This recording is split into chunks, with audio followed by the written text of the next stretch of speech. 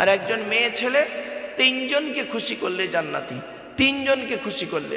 1 number মা বোনেরা, আপনি আপনার রব আল্লাহকে খুশি করুন, আল্লাহকে খুশি করুন। 2 নাম্বার, আপনি আপনার নবীকে খুশি করুন। নবী যেভাবে চলতে বলেছেন সেইভাবে চলুন, নবী যেভাবে খেতে বলেছেন সেইভাবে খান, নবী যেভাবে জীবনযাপন করতে বলেছেন সেইভাবে জীবনযাপন করুন।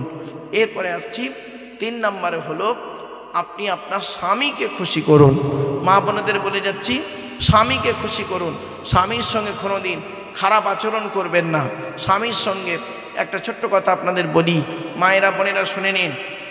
আল্লাহর নবীর কাছে একদিন জিজ্ঞাসা করা হলো, ইয়া রাসূলুল্লাহ, ইয়া হাবিবাল্লাহ, হুজুর পৃথিবীতে জাহান্নামী নারীর পরিচয় কি কি? তা আল্লাহর নবী বললেন, 1 নম্বর হলো কি, জাহান্নামী নারীর পরিচয় হলো যে নারী তার স্বামীর সঙ্গে যখন কথা বলে মেজাজ দিয়ে কথা বলে, যে নারী তার স্বামীর সঙ্গে যখন কথা বলে মেজাজ দিয়ে কথা বলে। 2 নম্বর, ওই নারী জাহান্নামী যে নারী তার নিজের রূপটাকে স্বামী ছাড়া অন্যের কাছে প্রকাশ করে। 3 নম্বর হলো ওই নারী জাহান্নামী যে নারী স্বামীর বিছানা ছেড়ে দিয়ে অন্য বিছানায় রাত কাটায়। 4 নম্বর, ওই নারী জাহান্নামী যে নারী স্বামীর দুর্নাম বদনাম করে বেড়ায়, স্বামীকে বলে তুমি আমার কি দিয়েছো, কি করেছো, ইত্যাদি ইত্যাদি ইত্যাদি ইত্যাদি। তারপরে আসছে ওই নারী জাহান্নামী যে নারী তার স্বামীকে বলে তোমার সঙ্গে বিয়ে হয়ে আমার জীবনটা শেষ হয়ে গেছে, তোমার সঙ্গে বিয়ে হয়ে আমার জীবনটা নষ্ট হয়ে গেছে। ওই নারী হলো জাহান্নামী। খবরদার মা বোনরা বলবেন না। অনেক নারী আছে দেখবেন স্বামীর সঙ্গে কথা বলে মেজাজ দিয়ে, আর অন্য পুরুষের সঙ্গে যখন কথা বলে মিষ্টি ভাষায়, ভালোভাবে কথা বলে। খবরদার মা বোনেরা, অনুরোধ করে বলে যাচ্ছি, এই কারবারটা কোনো দিন করতে যাবেন না, এই কারবার কোনো দিন করবেন না। মা বোনদেরকে বলে যাচ্ছি, মায়েরা বোনেরা, স্বামীর প্রতি ভক্তি শ্রদ্ধা সম্মান বজায় রাখুন। স্বামীকে কোনো দিন কষ্ট দেবেন না। স্বামীকে স্বামী যদি হকের উপরে খুশি থাকে আল্লাহ খুশি হয়ে যাবে। আর আপনি যদি স্বামীকে খুশি করে কবরে যান, স্বামীকে খুশি করে যদি কবরে যান, তাহলে আল্লাহ আপনাকে জান্নাতুল ফেরদাউস নসিব করবে। তাই আপনাদেরকে আমি বলে যাচ্ছি, বাবা এই শীতের রাত আর আপনাদের জলসার পরিবেশটাও দেখতে পাচ্ছি যে খুব ভাঙা চড়া মতো। বাবা আপনারা এক কাজ করবেন, সারা রাত জলসা দেবেন না, এই অনুরোধ আমি আপনাদের কাছে করে যাচ্ছি, বুঝলেন? এখানে মোট আছে, মোটে খুব বেশি হলে মেরে কেটে বেশি মানুষ দেখতে পাচ্ছি না। বা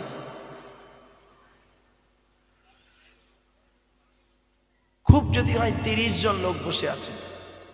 এই 30টা কথা একটু শুনে যাবেন দয়া করে। ভাই 30টা কথা একটু শোনার মতো সময় আছে আপনাদের? হ্যাঁ, 30টা কথা বলবো আপনাদের, দয়া করে 30টা কথা শুনে যান। 1 নাম্বার, মোমেন হতে গেলে 5টা গুণ লাগবে। কি কি? 1 নাম্বার, মা বোনেরা শুনে নিন, 30টা কথা বলবার। মোমেন হতে গেলে 5টা গুণ লাগবে। 1 নাম্বার, মোমেনের সামনে যখন আল্লাহর গজবের আলোচনা করা হবে, মোমেনের অন্তরটা আল্লাহর ভয়ে কাঁপতে থাকবে। আমি পৃথিবীতে অনেক পাপ করেছি, আমার অবস্থা কি হবে, আল্লাহ তুমি মাফ করো। 2 নাম্বার, মোমেনের সামনে যখন আল্লাহর কোরআন তেলাওয়াত করা হবে, মোমেনের ভালোবাসাটা, ঈমানটা আল্লাহর প্রতি বেড়ে যাবে। জোরে বলুন সুবহানাল্লাহ। 3 নাম্বার, মোমেনের সামনে মোমেন ব্যক্তি পৃথিবীতে কোনোদিন আল্লাহ ছাড়া কাউকে ভরসা করবে না। মোমেন একমাত্র ভরসা করবে কার উপরে? আল্লাহর উপরে। আল্লাহ পাক কোরআনে বলছেন, ইজা আযামতা ফাতাওয়াক্কাল আলাল্লাহ। যে ব্যক্তি, তোমরা যখন কোনো কাজ করতে যাবে, ইজা আযামতা ফাতাওয়াক্কাল আলাল্লাহ, তোমরা যখন কোনো কাজ করতে যাবে, পৃথিবীর কোনো ব্যক্তি বস্তুর উপরে ভরসা করে কাজে নামবে না। ইন্নাল্লাহা ইউহিব্বুল মুতাওয়াক্কিলিন। যারা আল্লাহর উপরে ভরসা করে কোনো কাজে নামে, আমি আল্লাহ তাদের অত্যন্ত ভালোবাসি। জোরে বলুন সুবহানাল্লাহ। আমার বাপেরা, প্রত্যেকটা কাজ যখন করবেন আল্লাহর উপরে ভরসা করে কাজে নামবেন। ছোট্ট একটা উদাহরণ আপনাদেরকে পেশ করছি, দেখুন। উদাহরণটা শুনলে চমকে যাবেন। একটাই রাস্তা, দুটো দল গেল।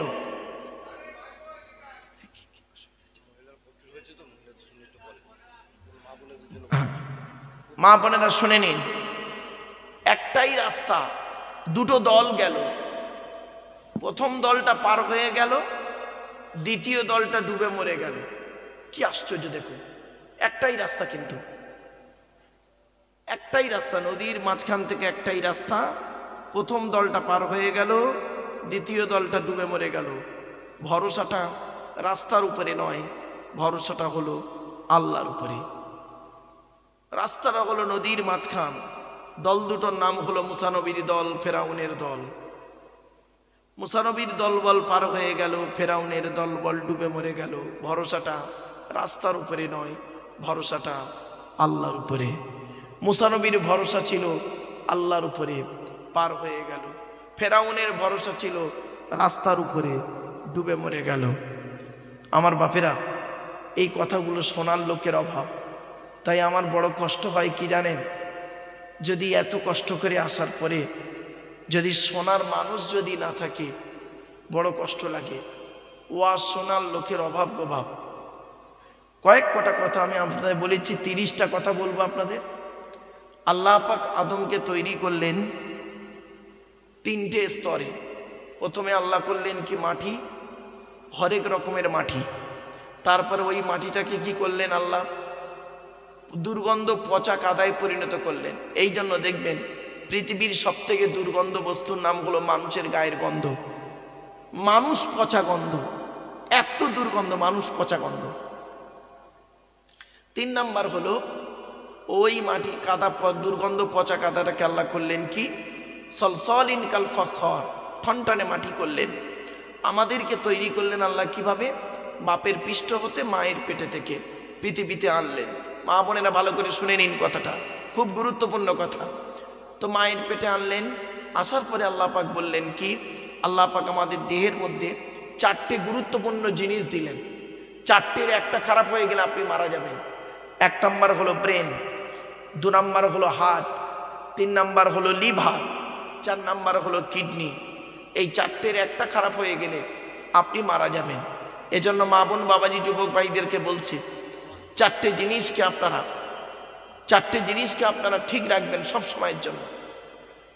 ব্রেন, হার্ট, লিভার, কিডনি, এই 4টে ঠিক রাখবেন। 4টের একটা যদি খারাপ হয়ে যায় আপনি মারা যাবেন। এরপরে আসছি, দেহের মধ্যে 9টা ছিদ্র দিয়েছে আল্লাহ, 9টা ছিদ্র। কি কি? 2 নাক, 2 কান, 1টা গাল, 2টো চোখ। এই 9টা ছিদ্র, এই 7টা ছিদ্র। আর সামনে পেছনে টোটাল দেহের মধ্যে 9টা ছিদ্র আছে। এই 9টা ছিদ্রের যে কোনো একটা ছিদ্র দিয়ে আল্লাহ পাক আত্মা বের করে নেয়। দেখবেন কত মানুষ গ্রামে মারা গেছে, পেশাব ফিরে ফেলেছে। কত মানুষ মারা গেছে, পায়খানা ফিরে ফেলেছে। কত মানুষ মারা গেছে, চোখটা চেয়ে আছে। কত মানুষ মারা গেছে, গালটা হাঁ করে আছে। কত মানুষ মারা গেছে, ঘাটটা পেকে আছে, হাতটা খিচে আছে। কত মানুষ মারা গেছে, দেখলে মনে হবে লোকটা ঘুমাচ্ছে। কিভাবে মরতে চান আপনারা? কিভাবে মরতে চান? যদি মৃত্যুটা ভালো হতে চায় তাহলে এখানে একটু দয়া করে বসে যান, 10 মিনিট কিছু কথা শুনে যান। মা বোনেদের বলে যাচ্ছি, বেশি নয়, 10টা মিনিট একটু কথাগুলো শুনুন গুরুত্ব দিয়ে। এরপরে আল্লাহ পাক করলেন কি, মায়ের পেটে যখন বাচ্চা 340 হয়ে যায়, তার মানে 1 মাস 120 দিন, 4 মাস যখন হয়ে যায়, আল্লাহ পাক একটা ফেরেশতা পাঠায়। ওই ফেরেশতা এসে 3টে জিনিস লিখে দেয়। প্রত্যেকের লেখা আছে, আপনাদের আমার সব লেখা আছে। কি কি? 1 নাম্বার আল্লাহ বলে লেখ, ফেরেশতাকে বলছে লেখ। কি লিখবো? কতদিন বাঁচবে লেখ। তো প্রত্যেকের কপালে লেখা আছে কে কতদিন বাঁচবে। 2 নাম্বার লেখ, পৃথিবীতে কতদিন কি কি খাবার খাবে, কোথায় কোথায় খাবে, লেখ। তো কি কি খাবার খাবে, কোথায় কোথায় খাবে, সেগুলো লেখা হলো। তারপরে বলা হলো এবারে লেখ, এই পৃথিবীতে কোন জমিনে কোথায় কি অবস্থায় কেমন করে তাদের মৃত্যু হবে, এটা তুই লেখ। তখন ফেরেশতা লিখে দিল এর মৃত্যুটা এমন জায়গায় হবে, এই জায়গায় হবে। এবারে আসছি, 1 মিনিট বাবা, এবারে আসছি, মৃত্যু থেকে আমরা কোনো জায়গায় পালাতে পারবো না। আল্লাহ পাক বলছেন কুল্লু নাফসিন যায়িকাতুল মাউত, প্রত্যেকটা নফসকে মৃত্যুর স্বাদ চাখতে হবে, প্রত্যেকটা নফসকে মৃত্যুর স্বাদ চাখতে হবে, মরণ হবেই হবে প্রত্যেকে। তো মরণ থেকে কোথায় পালাবো? আল্লাহ বলছেন কোথায় পালাবি? আইনামা তাকুনু ইউদরিকুমুল মাউত ওয়ালাউ কুনতুম ফি বুরুজিম মুশাইয়াদা। আল্লাহ পাক বলছেন মৃত্যু থেকে কোথায় পালাবি? পাহাড়ের চূড়ায় লুকাবি, পাহাড়ের চূড়ায় লুকাবি, ওখানে মৃত্যুর ফেরেশতা পৌঁছে যাবে। মৃত্যু থেকে কোথায় পালাবি? পালাবার কোনো রাস্তা নাই। আল্লাহ পাক বলছেন যে নবী তুমি বলে দাও ওরা কি মনে করে? আপনারা হয়তো এখানে বসে বসে মনে মনে ভাবছেন যে আমাদের মৃত্যুটা মনে হয় ঘরের বিছানায় হবে, আমাদের মৃত্যুটা ঘরের বিছানায় হবে। আল্লাহ বলছে কোনো দিন নয়, এটা ভাবিস না। কুল্লাউ কুনতুম ফি বুয়ুতিকুম লাবারাযাল্লাযীনা কুতিবা আলাইহিমুল কতলু ইলা মাদাজিহিম। আল্লাহ বলছে নবী তুমি বলে দাও মৃত্যু যদি যুদ্ধের ময়দানে কপালে লেখা থাকে, ঘরের বিছানায় শুয়ে থাকবে, কৌশল করে আল্লাহ ঠিক যুদ্ধের ময়দানে নিয়ে চলে যাবে।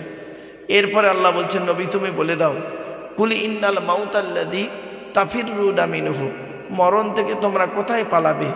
মরণ তো তোমাদের আচানক গিয়ে ধরবে, হঠাৎ গিয়ে ধরবে, বুঝতে পারবে না।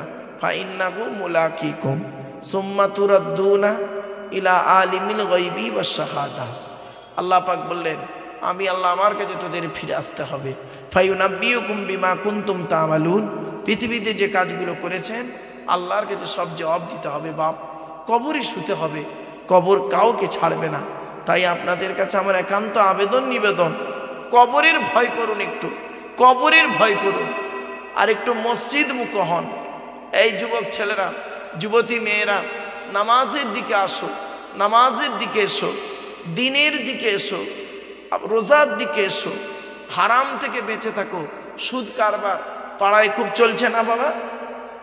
খবরদার, সুদ হলো হারাম, বন্ধন লোন হারাম, জুয়া, লটারি, সাট্টা, গাঁজা, আবার এখানে হয় কি আরো আপনার কি বলে ওই ফ্রি ফায়ার, আরো অনেক সব খেলা আছে বাবা, যেগুলো শরীয়ত বিরোধী খেলা, হারাম। এগুলো থেকে বেঁচে থাকুন। আমি আপনাকে এখন হয়তো এই আস্তে আস্তে বলছি, কিন্তু আপনি যেদিন মরে যাবেন সেদিন আপনার কি যে হবে সে জবাব আপনাকে দিতে হবে। তাই আপনাদেরকে আমি অনুরোধ করছি বাবা ফিরে আসুন, পাপ কাজ থেকে ফিরে এসো। আল্লাহ পাক বলছেন 5টা জিনিস বান্দা কারোর বলার ক্ষমতা নেই।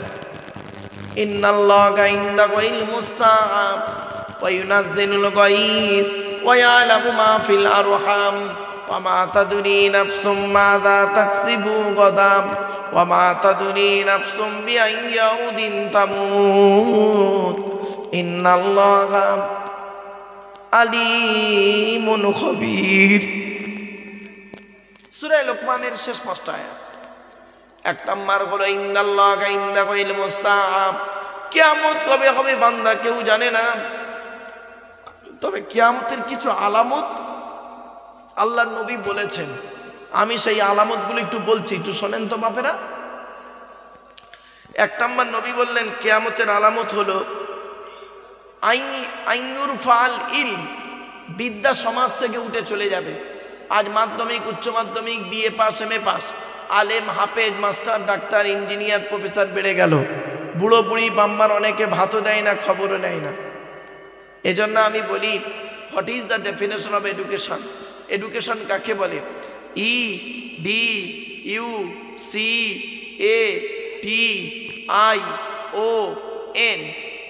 ই থেকে ইগারডি, ডি থেকে ডেভেলপমেন্ট, ইউ থেকে ইউনিভার্সাল, সি থেকে ক্যাপাবিলিটি, এ থেকে অ্যাক্টিভ, টি থেকে টলারেন্স, আই থেকে ইন্টেলিজেন্ট, ও থেকে ওবিডিয়েন্স, এন থেকে ন্যাচারাল। এতগুলো গুণে গুণান্বিত ব্যক্তিকে বলা হয়, বস্তুকে বলা হয় শিক্ষা, এডুকেশন বা শিক্ষা। শিক্ষাটা নেবে কে? যে নেবে তাকে বলা হয় student. Who is student?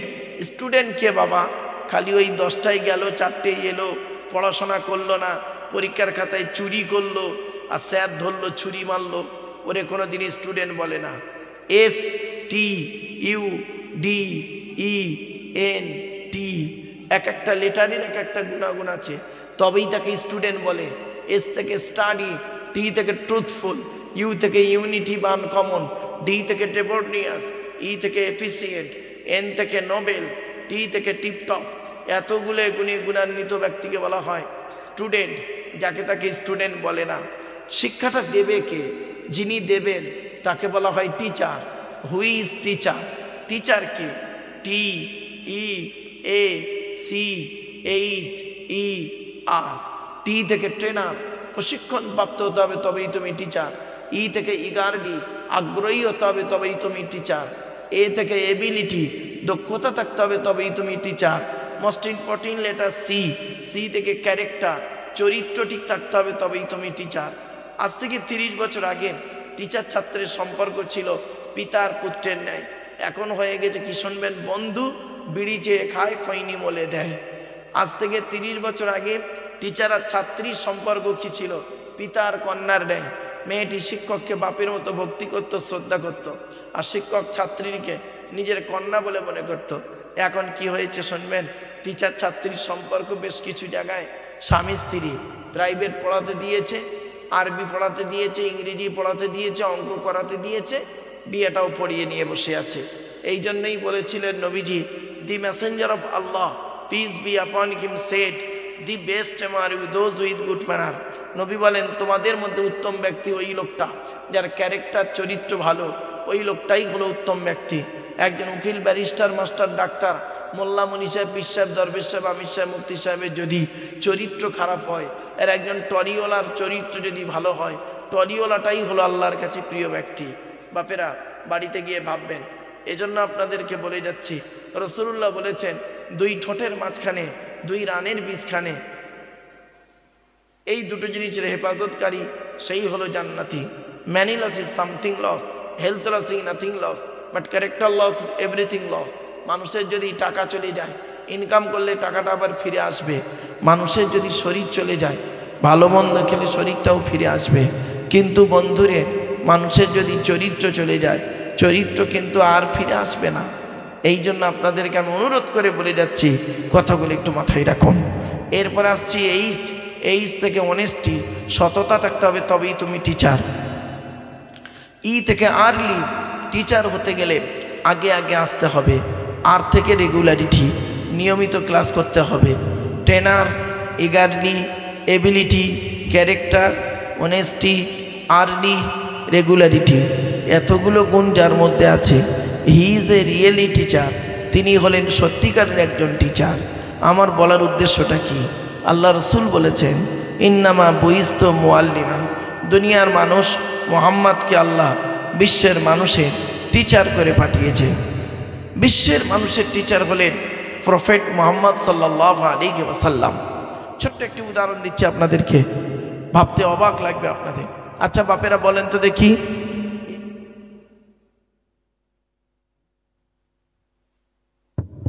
Hello, এই পৃথিবীতে এমন কোন টিচারকে আপনারা দেখেছেন? এমন কোন টিচারকে দেখেছেন? বলুন তো দেখি। কেউ যদি জেনে থাকেন বলেন তো দেখি। যিনি 60 বছর বয়স পর্যন্ত চাকরি করেছেন, তাকে যদি জিজ্ঞাসা করা হয়, আপনি 60 বছর চাকরি করেছেন, বয়স পর্যন্ত চাকরি করেছেন, এই 60 বছর চাকরি জীবনে আপনি যত ছেলে মেয়ে পড়িয়েছেন, প্রত্যেকটাই 100% পারফেক্ট? কেউ বলতে পারবে? পারবে না। কিন্তু তবে এতটুকু বলতে পারবেন যে আমি আমার জ্ঞানমতে যত ছাত্রছাত্রী পড়িয়েছি, বেশিরভাগটাই ভালো। তবে এতটুকু বলতে পারবেন, এর বেশি বলতে পারবেন না।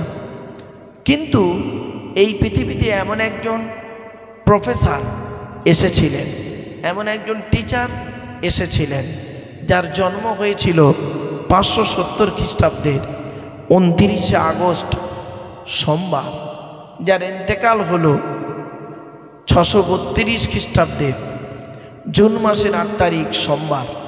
এই 62 বছর ব্যক্তিটি পৃথিবীতে ছিলেন। এই 62 বছরের জীবনে এই ৬২ বছরের জীবনে সেই ব্যক্তিটি এমন কিছু আদর্শ দেখিয়ে গেছেন, যত ছাত্র ছাত্রী পড়িয়েছেন প্রত্যেক ছাত্র ছাত্রী, ছাত্রদের বলে সাহাবি, ছাত্রীদের বলে সাহাবিয়া, সমস্ত ছাত্র ছাত্রী সাহাবি সাহাবিয়াদের সম্পর্কে তিনি নিজেই সার্টিফিকেট দিচ্ছেন কি আসহাবিকার নজুম বিআইহিমি ইক্তিদাইতুম ইহতিদাইতুম। তিনি বলছেন প্রত্যেকটা ছাত্র ছাত্রী হলো নক্ষত্রের ন্যায়, যাকে ধরবে যাকে অনুসরণ করে চলবে তার মাধ্যমে জান্নাত পেয়ে যাবে। জোরে বলুন সুবহানাল্লাহ। তো এই জন্য আপনাদেরকে বলি, পৃথিবী ধ্বংসের লক্ষণ হলো বিদ্যা সমাজ থেকে উঠে চলে যাবে, ১ নম্বর।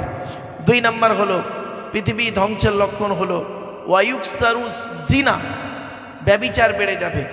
এখন ঘরের বাইরে ব্যভিচার চলছে, ঘরের বাইরে ব্যভিচার চলছে, ঘরের ভেতরে এখন ব্যভিচার চলছে।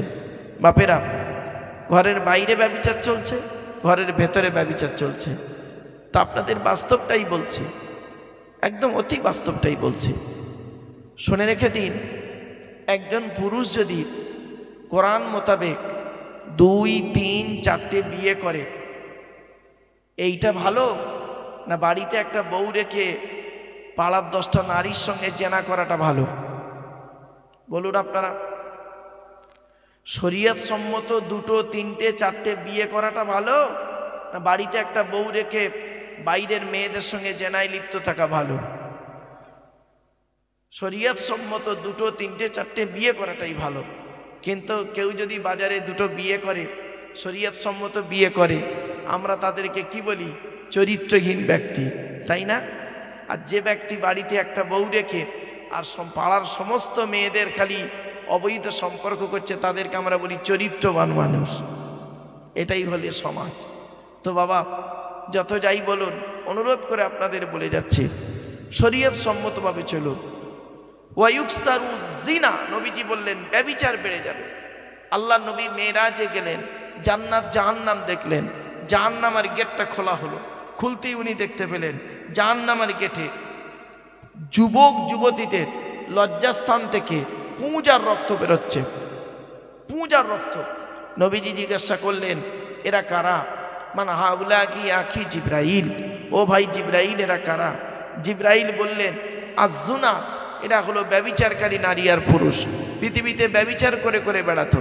তাই মা বোনেদের বলি, মায়েরা বোনেরা, খবরদার এই ব্যভিচার থেকে দূরে সরে থাকুন, নিজের সতীত্বকে বজায় রাখুন, নিজের সতীত্বটাকে ঠিক রাখুন। মা বোনেদের অনুরোধ করে বলে যাচ্ছি।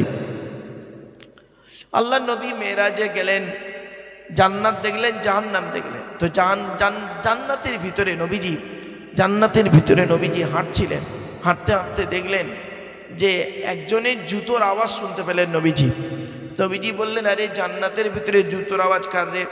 নবীজি বলছেন, ঘুরে তাকিয়ে দেখি, সামিতু খসখসাতান আমামি ফিল জান্নাতে ফাইজান বেলালুন, বেলালের জুতোর আওয়াজ। জোরে বলুন সুবহানাল্লাহ। আল্লাহ রসুল বেলালকে জিজ্ঞাসা করলেন, পৃথিবীতে এসে বেলাল, পৃথিবীতে কি এমন কাজ করেছো? তোমার জুতোর আওয়াজ আল্লাহ জান্নাতে আমার শুনিয়েছে। নবীজির কথা শুনে বিলাল হাওয়াও করে কাঁদলেন। বেলাল হাওয়াও করে কাঁদছে, আরে যে আল্লাহ, আমার রসুল এই কথা বললেন। রসুলকে বললেন, ইয়া রসুল আল্লাহ, ইসলামের জন্য তেমন কিছু করতে পারিনি, ইসলামের জন্য 2টো কাজ করি। 1 নম্বর হলো কি, নাপাক অবস্থায় জীবনযাপন করি না। 2 নম্বর হলো পবিত্রতা অবস্থায় আমি তাহিয়াতুল ওযুর নামাজ আদায় করি। তাই আপনি যুবক ভাইদেরকে বলছি, মা বোনেদেরকে বলছি, বাবাজিদেরকে বলছি, নাপাক অবস্থায় বেশিক্ষণ থাকবেন না। অনেক সময় দেখা যায় কি জানেন, স্বামী স্ত্রী রাত 12টার সময় নাপাক হয়েছে, পরের দিন বেলা 12টার সময় গোসল করে পাক হচ্ছে। খবরদার নয় মা বাপেরা, আপনাদের অনুরোধ করে বলে যাচ্ছি, নাপাক হয়ে গেলে তাড়াতাড়ি গোসল করে পাক হয়ে যাবেন। গোসলের ফরজ হলো 3টি। 1 নম্বর গড়গড়া সহ কুল্লি করা, 2 নম্বর নাকের নরম গোস্ত পর্যন্ত পানি পৌঁছানো, 3 নম্বর সারা শরীরটা ভালো করে ধৌত করা। আর অজুর ফরজ হলো 4টি। 1 নম্বর মুখমণ্ডল ধৌত করা, 2 নম্বর হাতের কনুইয়ের উপর পর্যন্ত ধৌত করা, 3 নম্বর মাথামণ্ডল মোছা করা, 4 নম্বর পায়ের গাঁটের উপর পর্যন্ত ধৌত করা। আর তায়াম্মুমের ফরজ হলো 3টি। 1 নম্বর নিয়ত করা, 2 নম্বর মুখমণ্ডল মোছা করা, 3 নম্বর হাত মোছা করা। এই হলো নাপাক থেকে পাক হওয়ার পদ্ধতি। তাই বেলাল রাদিয়াল্লাহু তাআলা আনহু বললেন, আমি কোনো অবস্থাতেই কোনো সময়তেই নাপাক অবস্থায় বেশিক্ষণ থাকি না। এই জন্য আপনাদেরকে আমি অনুরোধ করে বলে যাচ্ছি, নাপাক অবস্থায় থাকবেন না। আল্লাহর নবী একদিন রাস্তা দিয়ে যাচ্ছেন, দুই কবরের মাঝখানে নবী দাঁড়িয়ে গেলেন। দাঁড়িয়ে গিয়ে কবর জিয়ারাত করলেন। সামনে ছিল খেজুর গাছ, দুটো খেজুর গাছের ডাল পুঁতে দিলেন। তো ডাল পুঁতে দেওয়ার পরে নবীজিকে জিজ্ঞাসা করা হলো, ইয়া রাসূলুল্লাহ, আপনি কবরে খেজুর গাছের ডাল কেন পুঁতলেন? নবীজি বললেন, শোনো, এই দুই কবরে কঠিন আযাব হচ্ছে। এক নম্বর লোকটা করতো কি, পেশাব ফিরে পানি নিত না, নাপাক অবস্থায় জীবনযাপন করতো। আর দু নম্বর লোকটা করতো কি, নামিমা, এর কথা নিয়ে ওকে লাগাতো, ওর কথা নিয়ে ওকে লাগাতো, ওরা মারামারি করতো, ও মাঝখান থেকে বসে মজা লুটতো। তাই আপনাদেরকে আমি অনুরোধ করে বলে যাচ্ছি, খবরদার এই জিনিসগুলো থেকে একটু দূরে সরে থাকবেন। এই জিনিসগুলো আপনাকে ধ্বংসের পথ দেখিয়ে দেবে। তাই আপনাদেরকে আমি বারে বারে বলে যাচ্ছি। এবারে আসছি, এক নম্বর হলো বিদ্যা উঠে চলে যাবে, পৃথিবী ধ্বংসের লক্ষণ। আজকে শিক্ষিত লোক হয়ে অশিক্ষিতর মতো কাজ করছে। আবার দু নম্বর হলো কি, ব্যভিচার বেড়ে যাবে। ঘরের ভেতরে ব্যভিচার চলছে, ঘরের বাইরে ব্যভিচার চলছে।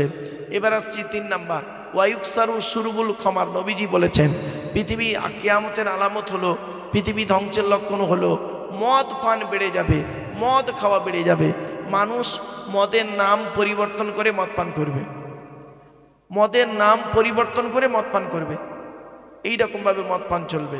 খবরদার নয় বাবা, মদ হারাম, হারাম, হারাম। মদ মানুষের মস্তিষ্কের বিকৃতি ঘটায়, মদ মানুষকে ধ্বংসের পথ দেখায়, মদ মানুষকে শেষ করে দেয়। মদ দেহেরও ক্ষতি করে, ব্রেনের ক্ষতি করে, সমাজের ক্ষতি করে, সব দিকের ক্ষতি করে মদ। তাই আমি অনুরোধ করে বলে যাচ্ছি, আল্লাহ কোরআনে বলেছেন মদ হারাম, নবীজি হাদিস পাকেও বলেছেন মদ হারাম। তাই মদ থেকে দূরে সরে থাকুন। মদ খেলে, মদ খাওয়ার শাস্তি কি জানেন? ৮০ গা করে বেত মারতে হবে। নবীজির যুগে কোনো ব্যক্তি যদি মদ খেয়ে মাতলামি করত, তাকে ৮০ গা বেতের বাড়ি মারা হতো। আর হযরত ওমরের যুগে যদি কোনো ব্যক্তি মদ খেয়ে মাতলামি করত, ১০০ গার উপরে বেশি বেত মারা হতো। অতএব মদ হলো হারাম। তাই মা বন্ধু বাবাজি যুবক ভাইদেরকে বলছি, মদ থেকে দূরে সরে থাকুন। স্বামীদের মদ ছাড়ানোর দায়িত্ব হলো স্ত্রীদের। স্ত্রীরা চেষ্টা করুন স্বামীরা যাতে মদ না খায়। তবে বাংলা মাল আর ইংলিশ মাল, বাংলা মাল খেলে নাকি মানে ব্রেনের উল্টো পাল্টা হয়, আর ইংলিশ মাল খেলে নাকি খুব ভালো হয়। খবরদার নয় বাবা। হ্যাঁ, পায়খানার এপিট আর ওপিট দুপিট কেমন সমানই, মদ মদই। এজন্য মদ থেকে দূরে সরে থাকুন। পৃথিবী ধ্বংসের লক্ষণ নবীজি বললেন মদ খাওয়া বেড়ে যাবে। ৩ নাম্বার। ৪ নাম্বার নবীজি বললেন, তাহলে ১ নাম্বার কি, বিদ্যা উঠে চলে যাবে, ২ নাম্বার ব্যভিচার বেড়ে যাবে, ৩ নাম্বার মদ খাওয়া বেড়ে যাবে, ৪ নাম্বার হলো সুদ খাওয়া বেড়ে যাবে। পাড়ায় বন্ধন টন্দন অনেক চলছে। সুদের সর্বনিম্ন হারাম কি মা বোনেরা শুনে নিন, আমার একদম ভুল বুঝবেন না। আমি এই কথা যদি না বলি, কিয়ামতের মাঠে আল্লাহ আমার জবানটাকে টেনে ছিঁড়ে নেবে। সুদের সর্বনিম্ন হারাম হলো কি জানেন? মায়ের সঙ্গে ব্যভিচার করা। নাউজুবিল্লাহ বলুন। মায়ের সঙ্গে ব্যভিচার করার মতো পাপ কাজ হলো সুদ খাওয়া। কিন্তু আমরা এটাকে যত সিম্পলভাবে খেয়ে নিই। শুধু তাই নয়, আরও দেখেন, আমরা কোনো মদখোর যদি মসজিদে ওঠে, মদখোরকে মসজিদ থেকে বের করে দিই, আর সুদখোরকে মসজিদ থেকে মসজিদের সভাপতি বানিয়ে দিই। মদখোরকে মসজিদ থেকে বের করে দিলাম, আর সুদখোরকে মসজিদের সভাপতি বানালাম। দুটোই হারাম, মদও হারাম, সুদও হারাম। মদখোরকে বের করে দিলাম, আর সুদখোরকে সভাপতি বানিয়ে দিলাম। এটাই হলো আমাদের নেচার। শুধু তাই নয়, নারী জাতির আরও ২-১টা ভুল বলে যাচ্ছি, শুনে নিন। মেয়েদের একটা ভুল কি জানেন? নারী জাতি হচ্ছে, নারী জাতির শত্রু হলো দুটো। ১ নাম্বার সতীন, ২ নাম্বার ননদ। ১ নাম্বার সতীন, ২ নাম্বার ননদ। এই জন্য আপনি আপনার বোনকে যখন কিছু দেবেন, ছোলা চিনি জামা কাপড় টাকা পয়সা যখন দেবেন, স্ত্রীকে না জানিয়ে দেওয়াটাই উত্তম। স্ত্রীকে না জানিয়ে দেওয়াটাই উত্তম। এ বোঝে না, বোকারা, বউ পাগলা বিবির গোলাম, বোনকে একটা শাড়ি দিচ্ছে বউকে জানিয়ে, ওর কলজে ফেটে যাবে, এটাই স্বাভাবিক। শুধু তাই নয়, আরও আপনাদের বলে যাচ্ছি, নারী জাতির আর একটা অভ্যাস কি জানেন? নারী জাতির অভ্যাস হলো, নারী স্বামীর বৈধ সম্পর্ককে মেনে নেয় না, অবৈধ ইনকামটাকে খেয়ে নেয়। স্বামীর বৈধ সম্পর্ককে মেনে নেয় না। ধরুন আপনি আজকের বাড়িতে গেলেন, আপনার স্ত্রী অসুস্থ কয়েক বছর ধরে, আপনি আপনার স্ত্রীকে বললেন যে দেখো তুমি তো খুব অসুস্থ কয়েক বছর ধরে, তা আমি একটা বিবাহ করি না, সে তোমারও সেবা করবে আমারও সেবা করবে। কোনো মতেই আপনার স্ত্রী বলবে না হ্যাঁ বিয়ে করো। তাহলে স্বামীর বৈধ সম্পর্ককে আপনার স্ত্রী মেনে নেয় না। আর আপনি যদি আজকের সুদের টাকা, হারামের টাকা চুরি করে টাকা বান্ডিল বান্ডিল টাকা এনে স্ত্রীকে দেন, দেখবেন ওই টাকায় সোনার চুড়ি পরে হাতে দিয়ে ঘুরবে, গলায় হার পরে গলায় পরে ঘুরবে। বুঝতে পারছেন? তাহলে স্বামীর বৈধ সম্পর্ককে স্ত্রী মেনে নেয় না, অবৈধ ইনকামটাকে স্বামী স্ত্রী খেয়ে নেয়। নারীর আর একটা রূপ দেখুন, কথা রূপ বলবো, আর একটা রূপ। নারী যখন প্রথমে বউ হয় তখন দেখবেন আলাদা খাওয়ার লাইন করে। নারী যখন প্রথম বউ হয় তখন আলাদা খাওয়ার লাইন করে। আর ওই নারী যখন 20 বছর পরে ওর ছেলেকে বিয়ে দিয়ে শাশুড়ি হয় তখন একসাথে খাওয়ার হাদিস শোনায়। ঠিক না বেঠি? একই নারী, 20 বছরের পার্থক্য। যখন ওই বউ হলো তখন আলাদা খাওয়ার লাইন করলো, আর যখন ও স্বামী এই শাশুড়ি হলো তখন একসাথে খাওয়ার হাদিস শোনাচ্ছে। মা বোনেরা, এগুলোকে একটু পরিবর্তন করুন, এই অনুরোধ আমি আপনাদের কাছে করে যাচ্ছি। বাস্তব জীবন থেকে কথাগুলো বলছি, একটু পরিবর্তন করার চেষ্টা করুন। স্বামীকে মূল্যায়ন করতে শিখুন, স্বামীর প্রতি ভক্তি শ্রদ্ধা সম্মান বজায় রাখুন। অনেক সময় দেখা যায় স্ত্রীর গায়ের চামড়া সাদা, স্বামীর গায়ের চামড়া কালো। স্ত্রী বড় লোকের মেয়ে, স্বামী গরিবের ছেলে। স্ত্রীর লেখাপড়া অনেক বেশি, স্বামীর লেখাপড়া কম। দেখবেন স্ত্রী স্বামীকে কোনো মূল্যই দেয় না, তুচ্ছ তাচ্ছিল্য করে কথাবার্তা বলে, তুই তঙ্গারি করে কথাবার্তা বলে, স্বামীর সঙ্গে খারাপ আচরণ করে, আর পাড়ার অন্য ব্যক্তির সঙ্গে ভালো আচরণ করে। ওই নারী হলো জাহান্নামী। এটা আমার কথা নয়, এটা নবীর কথা। এরপরে আসছি, পৃথিবী ধ্বংসের লক্ষণ হলো, নবীজি বললেন ঘুষ খাওয়া বেড়ে যাবে। ঘুষ, বাপেরা, আল্লাহ রসুল বলেছেন আর রাশি ওয়াল মুরতাসি কিলা হুমা ফিন্না, ঘুষ দেনেওয়ালা লেনেওয়ালা উভয় জাহান্নামী। আল্লাহ রসুল বলেছেন লানাতুল্লাহি আলা রাশি ওয়াল মুরতাসি। আল্লাহ রসুল বলছেন আল্লাহর গজব পড়বে যারা ঘুষ দেয় এবং যারা ঘুষ নেয়। তাই বাপেদেরকে অনুরোধ করে বলে যাচ্ছি, খুব সচেতনভাবে চলুন। এরপরে নবীজি বললেন কি, পিতামাতার অবাধ্য সন্তান হবে। বাপের প্রতি ভক্তি শ্রদ্ধা এখন নেই, শ্বশুর শাশুড়ির প্রতি ভক্তি শ্রদ্ধা খুব বেশি। নিজের বাপকে একটু খেতে দেয় না, বাপকে আব্বা বা আব্বা মা আব্বা বলে ডাকে না, মায়ের প্রতি ভক্তি শ্রদ্ধা নেই, মাকে মা বলে ডাকে না। স্ত্রীর বাম্মা শ্বশুর শাশুড়িকে দেখবেন আব্বা জান আম্মা জান বলে অনেক কিছু করে। মনে রাখবেন, এটা খবরদার করতে যাবেন না। আপনি আপনার বাম্মাকে ভক্তি করুন, শ্বশুর শাশুড়িকেও ভক্তি করুন। এই নয় যে বাম্মাকে ভক্তি করতে গিয়ে শ্বশুর শাশুড়িকে তুচ্ছ তাচ্ছিল্য করবেন, আর এটাও নয় যে শ্বশুর শাশুড়িকে ভক্তি করতে গিয়ে বাম্মাকে গালিগালাজ করবেন। স্ত্রীর কথা শুনে বাম্মাকে মারতে যাবেন না, আর বাম্মার কথা শুনে স্ত্রীর গায়ে হাত তুলবেন না, গালি দেবেন না। স্ত্রীর পিতামাতার গালি দেওয়া হারাম, শ্বশুর শাশুড়ির গালি দেওয়া হারাম, নবীজি বলেছেন, আমি বলিনি। আমি আপনাদের বলেছিলাম না 30টা কথা বলবো, 50টার পার হয়ে গেছে। তবু অসুবিধা হচ্ছে আপনাদের? আর একটু হবে না বন্ধ করে দেবো? ঠিক আছে বাপেরা, আর কয়েক মিনিট শুনে নিন একটু দয়া করে, অন্তত এই টপিকটা শেষ করতে দিন। এরপরে নবীজি বললেন পৃথিবী ধ্বংসের লক্ষণ হলো কি, পিতামাতার অবাধ্য সন্তান হবে। পৃথিবী ধ্বংসের লক্ষণ হলো কি, অযোগ্য ব্যক্তিরা নেতৃত্ব দেবে, যার যে সম্পর্কে কোনো জ্ঞান নেই। গ্রামের প্রধান নিজের নামটাও সই করতে পারে না, ও হলো গ্রামের প্রধান, ওর নিজের চরিত্র খারাপ, ও লোকের ক্যারেক্টার সার্টিফিকেট দিচ্ছে। ঠিক না বেটি? পৃথিবী ধ্বংসের লক্ষণ হলো শিক্ষিত লোকেরা অশিক্ষিত লোকেদের সম্মান করবে ভয়েতে। শিক্ষিত লোকেরা অশিক্ষিত লোকেদের সম্মান করবে ভয়েতে। কি আশ্চর্য! খবরদার নয় বাবা। পৃথিবী ধ্বংসের লক্ষণ হলো স্বামী স্ত্রীর মধ্যে ঘন ঘন গণ্ডগোল দেখা দেবে। 1 নাম্বার কি, এই জন্য নবীজি বলেছেন, এই স্বামীরা তোমরা তোমাদের স্ত্রীদের জীবনে 17টা শিক্ষা দান করিও। আমার বাবাজি যুবক ভাইরা, দয়া করে এই 17টা শিক্ষা একটু শুনে যান, জেনে যান। মায়েরা বোনেরা একটু শিখে যান। 1 নাম্বার নবীজি বললেন, এই স্বামীরা তোমরা তোমাদের স্ত্রীদের সঙ্গে যখন কথা বলবে তখন সালাম দেওয়া নেওয়া করবে। দু নম্বরে বলা হলো স্ত্রীকে এই শিক্ষা দেবে সে যেন কোনোদিন কাবা শরীফের দিকে মুখ করে কোনোদিন থুতু না ফেলে। তারপরে বলা হলো স্ত্রীকে এই শিক্ষা দেবে তারা যেন কোনোদিন কাবা শরীফের দিকে মুখ করে পেশাব পায়খানা যেন না ফেলে। তারপরে বলা হলো স্ত্রীকে এই শিক্ষা দেবে কাবা শরীফের পেছন ফিরে যেন পেশাব পায়খানা যেন না ফেরে। স্ত্রীকে এই শিক্ষা দেবে সে যেন গোসলখানায় পেশাব না ফেরে।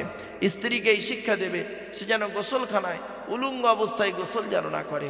স্ত্রীকে এই শিক্ষা দেবে নামাজের শিক্ষা দেবে, তালিমের শিক্ষা দেবে, জ্ঞানের শিক্ষা দেবে, ভদ্রতার শিক্ষা দেবে, স্বামী স্ত্রীর মধ্যে একটা সম্মান বজায় রাখবে।